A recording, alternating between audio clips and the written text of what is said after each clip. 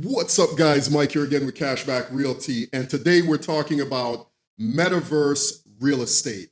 Is it a trend or is it here to stay? So if you guys missed this story, Krista Kim, who is a digital artist, sold the Mars house for a reported $500,000. And no, the Mars house is not a real house. It's a house in the Metaverse. It's an NFT, a non-fungible token. It's basically digital art. Take a look at this video for a better idea of what she actually sold.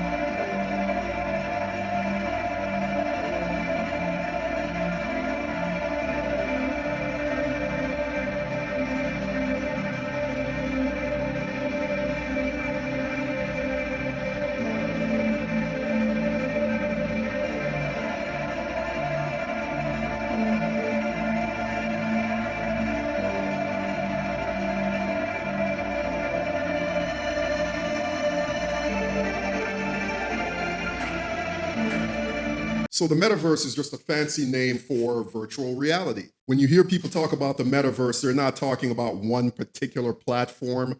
There are a few of them, right? Quite a few of them, as a matter of fact. But the most popular ones are Decentraland and Sandbox. You may have heard someone acquiring property next to Snoop Dogg just so they can be close to his mansion that he's building in the metaverse. The platform he's building on is the latter of the two I just mentioned, which is Sandbox. There's a few others, like I said, guys. I mean, even Facebook changed the name of their company to Meta. Our kids and their kids are going to have way cooler internet. They want to have a more immersive experience when they go online with devices like the VR goggles and Oculus that puts you in a world that closely mimics reality. So just like a lot of you are probably thinking right now, what the hell is this?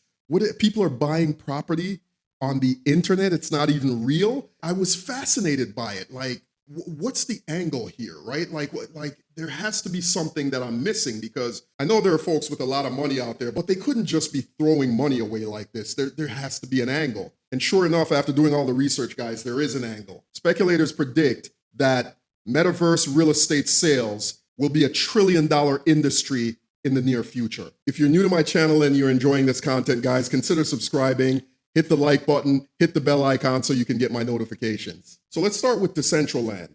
So the concept here is that there is a limited amount of plots available to purchase, because if there were an infinite amount of space or real estate available, then what would be the point? There would be no value and it would be pointless, right? But in the case of Decentraland, there are only 90,000 plots available. So that's why you see a lot of these major corporations rushing to get a piece of the pie, so to speak, because they're speculating that ultimately these platforms are going to grow. And when they attract more users, the value of that real estate is going to skyrocket. So here's a look at the inside of the game. You can see it kind of looks like something your kids would play. I'm familiar with these games because my son is into the Roblox and the Minecraft. And if you have children, you know that you can't tear them away from these games when they're playing them.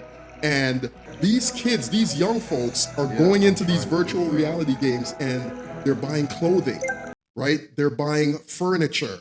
They're buying all the things that you would buy in real life are available for sale in the metaverse. And therein lies the opportunity, right? Because once big business understands that there's money to be made, the Nikes and, all the other apparel and shoe makers and furniture makers and appliance makers, jewelry, you name it. Anything you can think of that consumers purchase in the real world, now these companies are going to start flocking towards the metaverse. So they can build a mall that, just like a real mall, they can rent out to the big names once they come in. You see the angle I was talking about of why this is potentially so valuable. Grabbing up this limited real estate in these metaverse platforms can be the equivalent of getting in on Facebook in 2007 or 2008. If you've ever seen that movie Ready Player One, go take a look at that movie. You can see that the train's already left the station, guys. So it's just a matter of, do you want to wait a little bit to see if it stabilizes, to see who becomes the front runner platform? Because that's one of the reasons why I'm still skeptical, right? Because you've got Sandbox, you've got, Decentraland, Facebook is working on a platform for the metaverse, and there are probably 20, 25 other platforms in this space. But what makes me leery is, how do you know who's going to win that battle, right? Remember MySpace?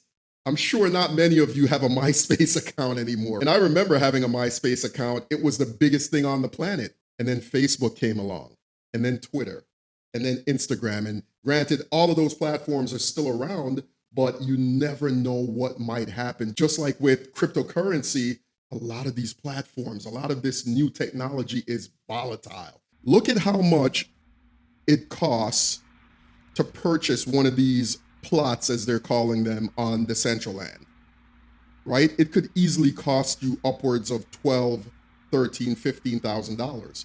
It could be that you buy one of these plots for $15,000 today, and by the end of the year, it's worth $150,000, depending on where the technology goes, right? That could quite possibly be the case, right? But hey, there's no regulation in this as well. If you're planning on diving into this new technology, this new metaverse real estate trend that's happening right now, make sure you understand it. Make sure you understand cryptocurrency, because most of these platforms, if not all of them, only take cryptocurrency. Sandbox in particular is built on the Ethereum blockchain. If you're doing a transaction in that space, you can only do it with their cryptocurrency. Leave your comments below. Let me know what you think about metaverse real estate. I hope you enjoyed this video, folks. If you did, consider checking out one of my other videos here, or maybe this one here. Thank you for watching, and don't hesitate to reach out if I can ever help you.